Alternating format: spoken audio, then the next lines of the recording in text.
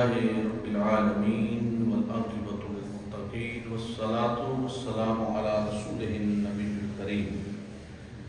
أما بعد فأعوذ بالله من الشيطان الرجيم بسم الله الرحمن الرحيم الذين آمنوا وكانوا يتقون صدق الله مولانا العظيم إن الله وملائكته يصلون على النبي يا أيها الذين آمنوا صلوا عليه وسلموا تسليما اللهم صل على سيدنا ومولانا محمد المعدن الجود والكرم وعليه وبارك وسلم اور یہ ایک مرتبہ صلاۃ و سلام علیک یا سیدی یا رسول اللہ وعلی آلک واصحابک وسلم علیک یا سیدی یا رحمۃ للعالمین مولا صل وسلم دائما ابدا علی حبیبک خیر الخلق کلهم یا رب بالمصطفى بلغ مقاصدنا واغفر لنا ما مضى واسع الكرم وہ سارے جہاں میں بول بالا غوث اعظم کا سبحان اللہ وہ سارے جہاں میں بول بالا غوث اعظم کا حقیقت تو یہ ہے رتبہ ہے اعلیٰ غوث اعظم کا شریعت کے گلستہ میں طریقت کے دبستہ میں جدھر دیکھو اجالا ہی اجالا غوث اعظم کا رموز معرفت سب منکشف ہو جائیں گے اس پر پڑے گا جو تصوف پر مقالہ غوث اعظم کا اسے ہر شے پہ غلبہ کیوں نہ ہو ساری خدائی میں سکندر ہے وظیفہ پڑھنے والا غوث اعظم کا سکندر ہے وظیفہ پڑھنے والا غوث اعظم کا حمد و صلات کے بعد معزز و محتشم حاضرین و سامعین گرامی قدر بحمدہ تعالی 2 ماہ کے بعد جو ہے انگلینڈ کا تبلیغی اور روحانی خدمات کے پیش نظر وہاں جانا ہوا اور وہاں سے پھر حضور قبلہ عالم حضرت کلندر کبریہ رحمت الرحمن کی بارگاہ ناز میں حاضری کا شرف حاصل ہوا اور آپ سب کی خدمت میں اسی طرح حضور قبلہ عالم اور پیغام مصطفیٰ صلی اللہ علیہ وآلہ وسلم لے کر بندہ نچید آ کر حاضر خدمت ہے آج ہم الحمدللہ تعالی انشاءاللہ تعالی محبوب سبحانی قطب ربانی شہباز لامکانی غوث سمدانی پیر پیران میر میران شیخ عالم غوث اعظم غوث الثقلین سلطان الاولیاء شاہ اصفیاء محی الدین سیدنا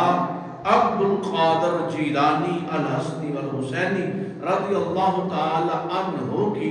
تعلیمات کے متعلقہ کچھ گفتگو کریں گے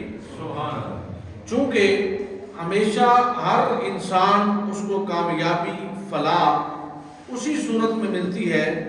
کہ جب وہ جس کو فالو کرتا ہے جس سے محبت کرتا ہے جس کے ساتھ اس کا تعلق ہے نسبت ہے کامیابی تب ملتی ہے جب انسان اس کے پیغام کو سمجھتا ہے ہمیشہ سیاسی ہو سماجی ہو معاشی ہو مذہبی ہو کسی بھی زندگی میں ہمیشہ تب ہی کاملیت اور اکملیت نصیب ہوتی ہے کہ جب جس کے ساتھ محبت کی جا رہی ہے اس کے پیغام کو سمجھا جائے بھئی ہم مسلمان ہیں تو تب ہی کامل مسلمان بنیں گے جب ہم قرآن مجید کو سمجھیں گے ہم حضور علیہ السلام کے امتی ہیں تو تب ہی ہم کامل امتی بنیں گے اور تب ہی ہمارے اعمال میں جامعیت آئے گی جب ہم احادیث مصطفیٰ صلی اللہ علیہ وآلہ وسلم کا مطالعہ کریں گے اور اگر ہم حضرت کلندر کبریہ یا حضور سیدنا غوث اعظم رضی اللہ تعالیٰ عنہ کے مرید ہیں تو تب ہی مرید کامل بن سکتے ہیں جب ہم ان کی تعلیمات کو سمجھیں گے جب ان کے پیغام محبت کو ہم پرکھیں گے اس پر عمل پیرا ہوں گے حضرات گرامی قدر ہم نے صوفیاء کے قرب سے یہ سیکھا کہ آپ کے پاس آنے والا اولیاء اللہ کے پاس آنے والا شخص اس کی اتنی دلجوئی کی جائے، اتنی دلجوئی کی جائے، اتنی دلجوئی کی جائے کہ اس کو اپنے غم بھول جائیں۔ اہل درد، صوفیاء، اولیاء آنے والے کی اتنی دلجوئی فرماتے ہیں کہ آنے والے کو اپنے دکھ درد بھول جاتے ہیں اور وہ ان کی محبت میں فریفتہ ہو کر اللہ کا قرب پا لیتا ہے۔ اور درویش کامل کا مزاج یہ ہوتا ہے کہ اس کی درگاہ پہ آنے والے کا عقیدہ، مذہب، معیار نہیں پوچھا جاتا، بلکہ اس کو قرب اور محبت دی جاتی ہے۔ اور اس قرب اور محبت کا صلہ یہ ہوتا ہے کہ وہ اپنے رنگ کو چھوڑ دیتا ہے، اپنے مزاج کو چھوڑ دیتا ہے، اپنے معیار کو چھوڑ دیتا ہے، وہ اسی رنگ میں رنگا جاتا ہے جس رنگ میں وہ صاحب طریقت، صاحب تصوف و صوفی کا مقام و شان ہوتا ہے۔ اور قرب ولی میں رہ کر اگر تربیت ان جیسی نہیں ہوتی، قرب بھی بندہ پائے، ان کے پاس بھی بیٹھے، اور اگر ان جیسی تربیت اور اعمال نہیں ہوتے تو پھر سمجھیں یہ دکھلاوا ہے، وقت کا ضیاع ہے۔ وقت تب ہی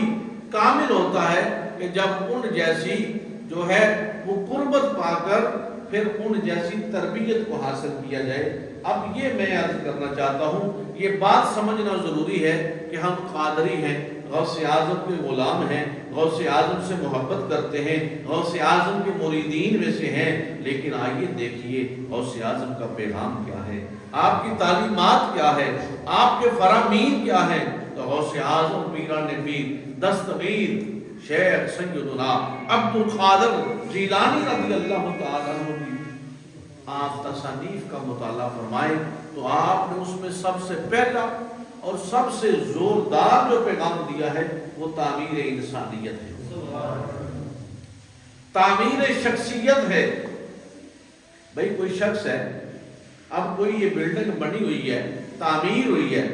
تو تعمیر میں مکمل کرنے کے لیے کیا کیا ہے؟ اس کی بنیاد ہے، اس کی دیواریں ہیں، اس کی چھت ہے، اس کے دروازے ہیں، پھر اس کے بعد رنگ و روغن ہے، پینٹ ہے، ٹائلیں ہیں، پتھر ہے۔ تو پھر ہم نے کہا کہ اب تعمیر مکمل ہوئی، اب تعمیر مکمل ہوئی تو تعمیر انسانیت پہ زور دیا گیا۔ آپ کہیں گے عجیب بات ہے، ہم انسان تو ہیں، پھر اس کے بعد تعمیر انسانیت کی کیا ضرورت ہے؟ بھائی انسان تو ہوتا ہے، خط و خال تو ہوتے ہیں، جسم تو ہوتا ہے۔ ہم نے وہ لوگ بھی دیکھے ہیں کہ روپ تو اسی بندے کا ہے لیکن وہ جانوروں سے بدتر ہے۔ بھائی روپ تو فرعون کو بھی یہی ملا تھا، ہاتھ پاؤں کان زبان تو فرعون کی بھی تھی، ہاتھ پاؤں کان اور جسم لے کر تو نمرود بھی پھرتا تھا، ہاتھ پاؤں کان اور جسم لے کر تو یزید بھی پھرتا تھا، ہاتھ پاؤں کان اور جسم لے کر تو شمر بھی پھرتا تھا، لیکن یہی ہاتھ پاؤں کان لے کر جناب سیدنا ابراہیم علیہ السلام بھی پھرتے ہیں، یہی ہاتھ پاؤں کان لے کر صدیق اکبر بھی پھرتے ہیں، دوسری طرف ابو جہل بھی انہی ہاتھ پاؤں کانوں کے ساتھ پھرتا ہے، ابو لہب بھی پھرتا ہے۔ لیکن فرق کیا ہے؟ پھر تعمیر انسانیت تو نہ ہوئی نا۔ بھئی خالق العزت قرآن میں فرما دیتا ہے کہ لَقَدْ خَلَقْنَا الْإِنسَانَ فِي أَحْسَنِ تَقْوِيمٍ، اور ساتھ ہی آگے جا کے فرما دیا جاتا ہے پھر اس کے دو طبقے ہیں، یہ میرا شاہکار ہے، میری مخلوق ہے، انسان سے مجھے بڑا محبت ہے، پیار ہے، تمام مخلوقات سے میں نے اس کو افضل و اعلیٰ رکھا ہے، لیکن آگے جا کے پھر فرما دیا دو طبقے کر دیے، ایک ثُمَّ رَدَدْنَاهُ أَسْفَلَ سَافِلِينَ، جو جہنم کے نچلے گڑھے میں پھینکا جائے گا، اسفل سافلین ہے، اور دوسرا اجر غیر ممنون دیا جا رہا ہے، اسے وہ اجر دیا جا رہا ہے جو کبھی ختم نہیں ہونے والا۔ وہ لوگ کون ہیں؟ فرمایا گیا وہ جو ایمان لائے اور اعمال صالح کرتے رہے، ایمان لائے اور اعمال صالح کرتے رہے۔ پتہ چلا انسان ہونے کے بعد ہمیں کچھ انسانیت کے ایسے پہلوؤں کی ضرورت ہے. اگر ہم قرآن مجید فرقان حمید سے پوچھتے ہیں تو خالق العالمین سورہ نساء میں فرماتا ہے، ایک ہی آیت ہے اور ایک آیت میں اللہ رب العزت ماں سے لے کر اللہ تک کا دستور حیات دیتا ہے.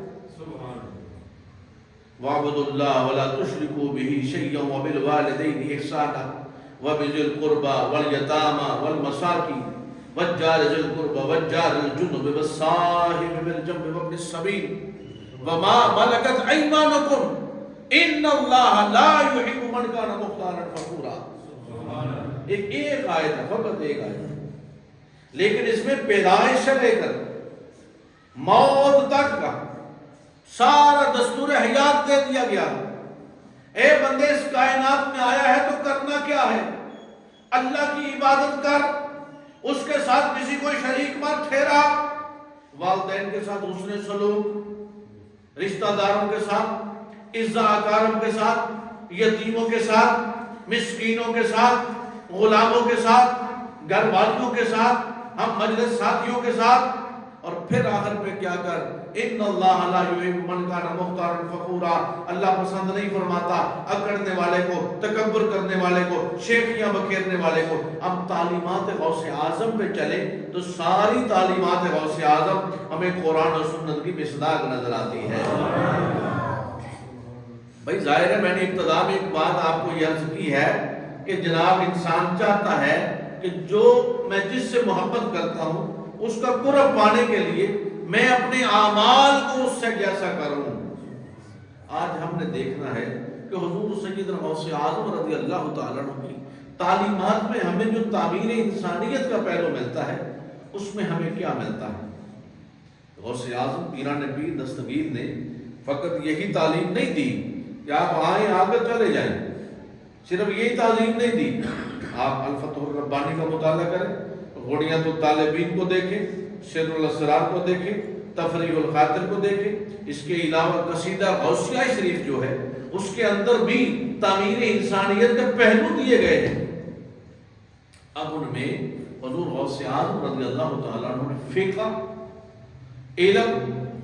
فضل، حسن معاشرت، عبادات، یہ تمام چیزوں کو شامل کر دیا گیا. اب میں ابتدا میں آپ کے شرف و کمالات پہ ایک دو بات عرض کر کے پھر تعلیمات کی طرف ہم چلتے ہیں کہ شرف و کمالات کا عالم یہ ہے کہ ابن تیمیہ جیسا عالم، ابن تیمیہ جیسا انسان عالم بھی ہے، فاضل بھی ہے، محدث بھی ہے، اور اس سے قبل کتابیں لکھ چکا ہے کہ یہ تصوف یا اولیاء اللہ یہ سب ڈھونگ رچائی باتیں ہیں. یہ سب کتابیں لکھنے کے بعد ایک دن حضور سیدنا غوث اعظم رضی اللہ تعالیٰ عنہ کے مرید تھے، اور مرید اچھا ہونا تو وہ اپنے شیخ کی پہچان بنتا ہے، اور اگر ناقص ہونا تو وہ پھر اس کے بالکل الٹ ہے، متضاد ہے. اب وہ مرید کہتا ہے کہ میرے پیر صاحب کے پاس چلیے، میرے شیخ کے پاس چلیے. اس نے کہا وہاں کیا ہوتا ہے؟ اب اس کا حسن ظرف ہے، غوث اعظم کی بارگاہ میں بیٹھنے والا ہے، حسن ظرف ہے. حالانکہ وہاں روحانیت موجود ہے، طریقت موجود ہے، شریعت موجود ہے، فقہ موجود ہے، سب کچھ موجود ہے. غوث اعظم کا اپنا مقام و مرتبہ موجود ہے، نسب ہے، حسب ہے، جاہ ہے، ماں ہے، مال ہے، منال ہے، سب کچھ ہے. لیکن اس کا ایک ہی جواب، فقط اتنا سا جواب تھا کہ وہاں درس قرآن ہوتا ہے، وہاں درس قرآن ہوتا ہے. اب ابن تیمیہ چونک اٹھا کہ ایک صاحب تصوف، ایک صوفی، ایک ولی، ایک خانقاہ، اور وہاں درس قرآن ہوتا ہے. میں ضرور چلوں گا. جب آیا نا تو اب غوث اعظم تشریف فرما ہے. آپ کا معیار اور مقام علم یہ ہے کہ قاری صاحب قرآن کی کچھ آیات کی تلاوت کر دیتے اور غوث اعظم اس پر وعظ فرما دیتے. اور یہ بھی آپ کو معلوم ہے کہ غوث اعظم کی شان اور مقام یہ ہے کہ دو روایتیں، ایک روایت میں 13 علوم ہر روز پڑھاتے تھے، اور ایک روایت میں ملتا ہے 11 علوم پڑھاتے تھے. اب اصول یہ ہے، کالج ہے، یونیورسٹی ہے، دارالعلوم ہے، اچھا اس کا اصول یہ ہے کہ جو میتھ کا پروفیسر ہے، لیکچرار ہے، وہ صرف میتھ پڑھاتا ہے، جو فزکس کا لیکچرار ہے وہ صرف فزکس پڑھاتا ہے،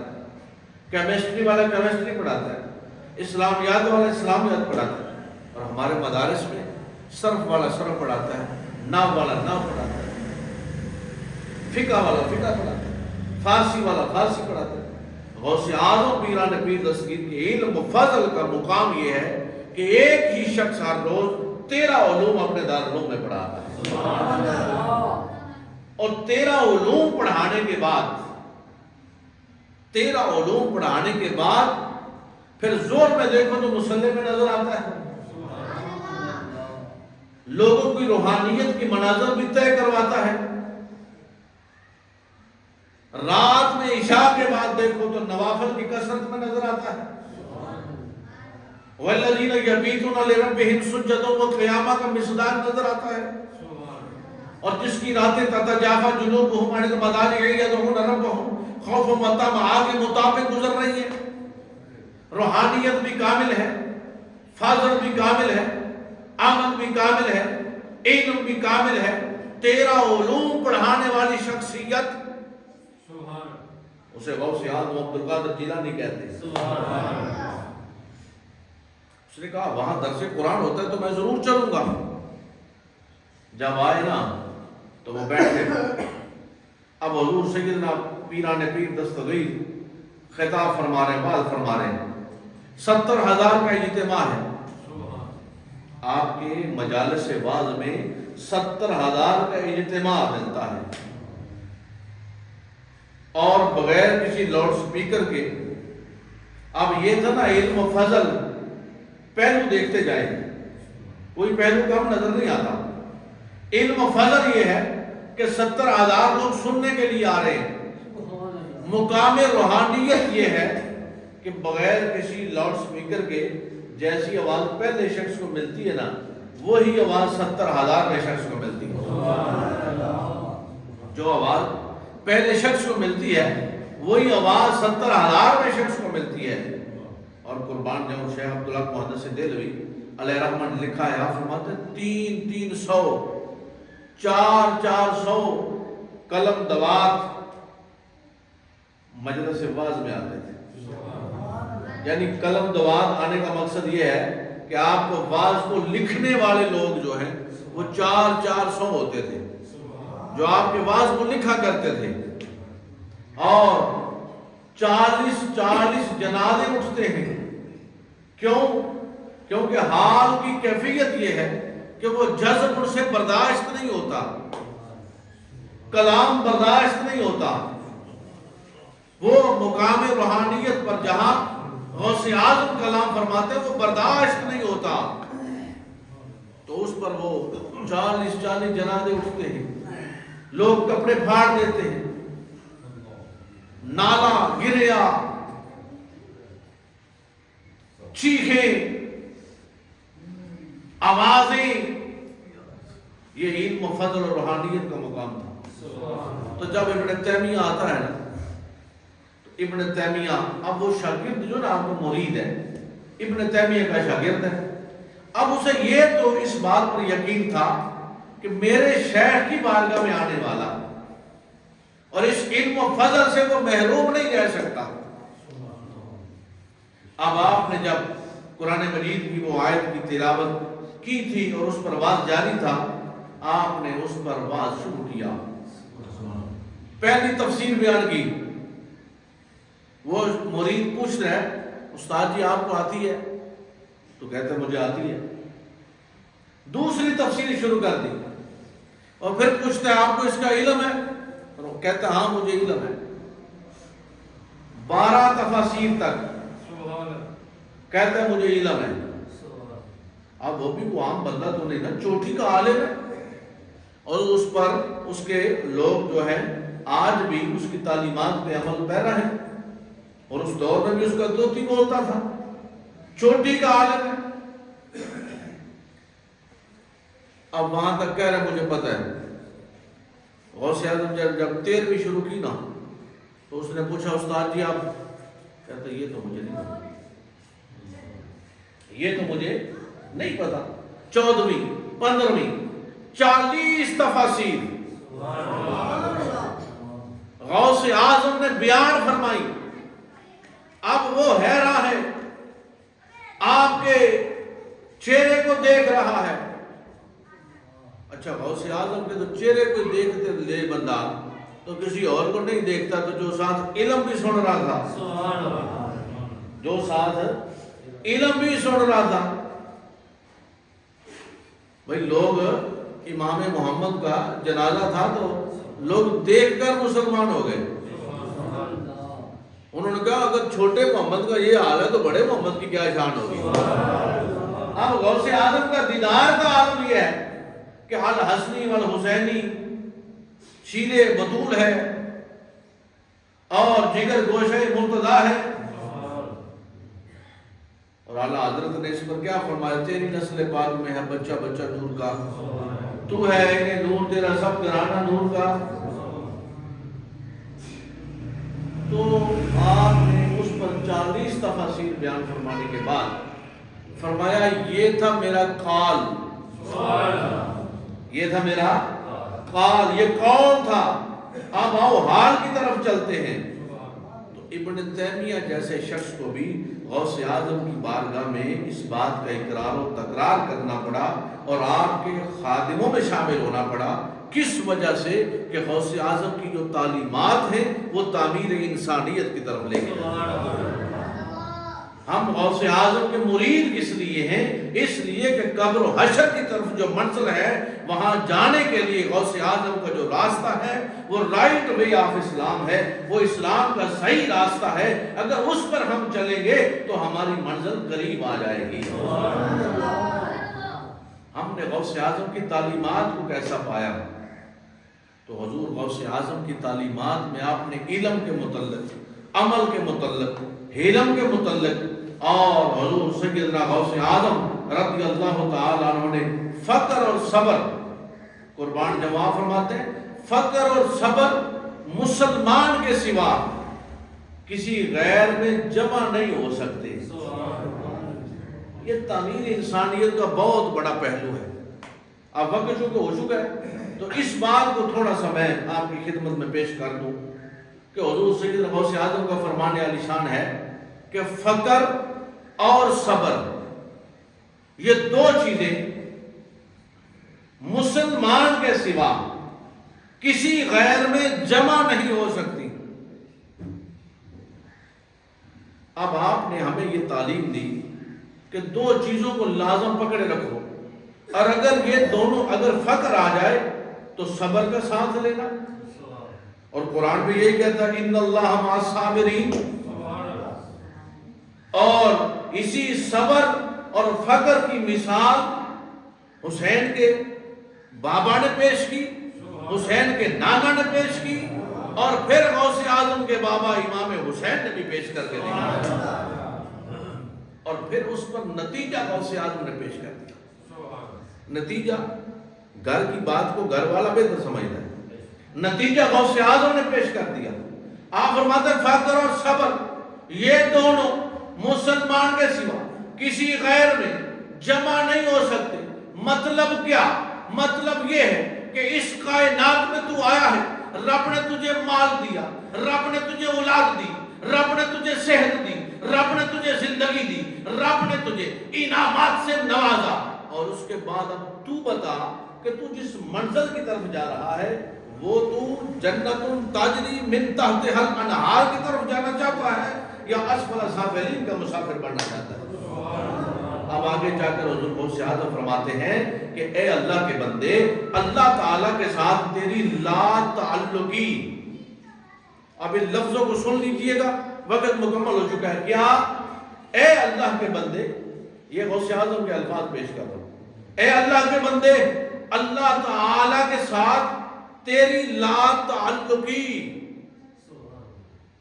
غفلت اور بھولا پن تجھے اللہ تعالیٰ سے دور کر رہا ہے۔ کیا؟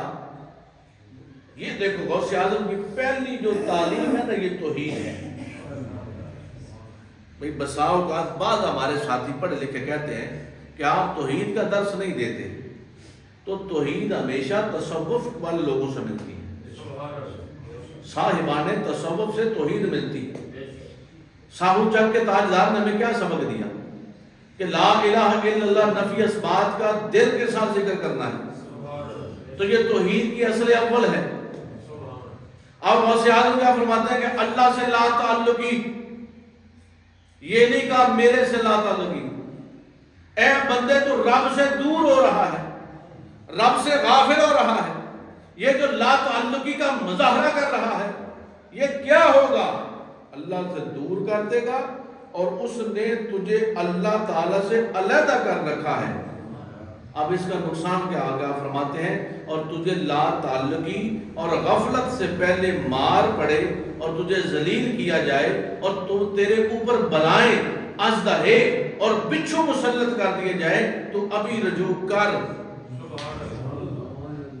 فرماتے ہیں اپنے رب سے رجوع کر اس سے پہلے کہ تو قبر میں چلا جائے اور اس میں تیرا حال یہ ہو کہ تجھ پر اژدہا آ جائے، تجھ پر بچھو مسلط کیے جائے، تیری قبر آپس میں اس طرح مل جائے کہ تیری ہڈیاں ختم ہو جائیں۔ اس سے قبل اپنے رب سے رابطہ اتنا مضبوط کر، اپنے رب کا قرب حاصل کر کہ زندگی آمد برائے بندگی، زندگی بے بندگی شرمندگی، اپنے رب کا قرب ایسا پا، اپنے رب کے ساتھ تو تعلق ایسا قائم کر کہ یہ غفلت تیرے لیے جہنم اور ہلاکت کا باعث نہ بنے، بلکہ تیرا تعلق تیرے لیے جو ہے وہ ایمان کا باعث بنے اور گلزار کا باعث بن جائے، یہ تیرے لیے گلزار کا باعث بن جائے، فرحت بن جائے۔ آگے آپ فرماتے ہیں تو نے ابھی لقمہ اجل کا مزہ نہیں چکھا۔ یہ تعمیر انسانیت کا کتنا بڑا پہلو ہے جو غوث اعظم ارشاد فرما رہے ہیں، میں اپنی بات نہیں کر رہا۔ فرماتے ہیں تو نے ابھی لقمہ اجل کا مزہ نہیں چکھا، اس وجہ سے ہی تو دھوکے میں پڑا ہوا ہے۔ دھوکے میں اس لیے تو پڑا ہوا ہے جس بندے نے راستہ نہ دیکھا ہو، راستے کی تکالیف نہ دیکھی ہو، تو وہ دھوکے میں ہوتا ہے نا۔ وہ کہتا ہے یار مجھے وہاں جانا چاہیے تھا، اور جو بندہ راستہ دیکھتا ہے نا اس کی تکالیف اس کے ذہن میں ہوتی ہے۔ جب وہ چلتا ہے نا، اس نے اگر اس کی معلومات نہیں ہو تو جب وہ چلتا ہے تو اپنا ذات راہ لے کے چلتا ہے۔ اب یہ غوث اعظم فرما رہے ہیں، فرماتے ہیں تو دھوکے میں اسی لیے پڑا ہوا ہے کہ تو نے ابھی لقمہ اجل چکھا ہی نہیں، اور تجھے نہیں معلوم کہ وہاں کتنی مشکلات ہیں۔ فرماتے ہیں تو دنیا کی جن تمام چیزوں میں پھنسا ہوا ہے ان پر خوش نہ ہو، وہ تمام بہت جلد ختم ہونے والی ہیں۔ اتنے سبب کے ہم آج لیتے ہیں۔ فرماتے ہیں کہ یہ دنیا کی جن رعنائیوں کو تو یہ سمجھتا ہے کہ یہ دنیا ہی میرے لیے سب کچھ ہے اور ان رعنائیوں میں ہمیشہ کے لیے رہوں گا۔ آپ فرماتے ہیں نا اس غفلت میں نہ پڑا رہے، بلکہ اپنے تعلق کو اللہ سے مضبوط کر اور تعلق باللہ میں اس قدر قرب حاصل کر، اور ہمیشہ ولایت کا مقام اول بھی یہ ہے اور مقام آخر بھی یہ ہے، ابتدا بھی یہ ہے اور انتہا بھی یہ ہے کہ وہ قرب خداوندی کی منازل کو طے کرتا ہے۔ صرف ماں سے اللہ سے پاک ہو کر قرب خداوندی، وہ اپنا محاسبہ کرتا ہے، پہلے مراقبہ کرتا ہے، پھر محاسبہ کرتا ہے، پھر مشارطہ کرتا ہے کہ وہ اپنے آپ کے ساتھ اس بات پر گامزن ہو جاتا ہے کہ ہر وہ عمل، ہر وہ کام جو تعلق باللہ سے مجھے دور کر دے، جو غفلت کی طرف لے جائے۔ بھائی بسا اوقات ہم کہہ دیتے ہیں نا ایک دوسرے کو، بھائی جی ایک کام کرنا ہی تو میرا تیرا تعلق کوئی نہیں، آندے ہو نا، بھائی جی ایک کام کرنا ہی تو میری تیری یاری پھر کوئی نہیں، تو جی یاری رکھنی آنا تو اے کام کرنا پڑنا، آندے ہو۔ اب غوث اعظم یہی فرما رہے ہیں، اس سے سادے لفظ نہیں میرے پاس سمجھانے کے لیے، غوث اعظم یہی فرما رہے ہیں کہ بھائی یہ یاری رکھنی ہے نا رب نا، تعلق قائم کرنا چاہتا ہے نا تو پھر کیا کر، وَأْمُرْ بِالْمَعْرُوفِ وَنَهَا عَنِ الْمُنْکَرِ پہ آ جا، پھر وہ کام کر جو رب کو پسند ہے، پھر زندگی گزار ان کنتم تحبون اللہ پہ،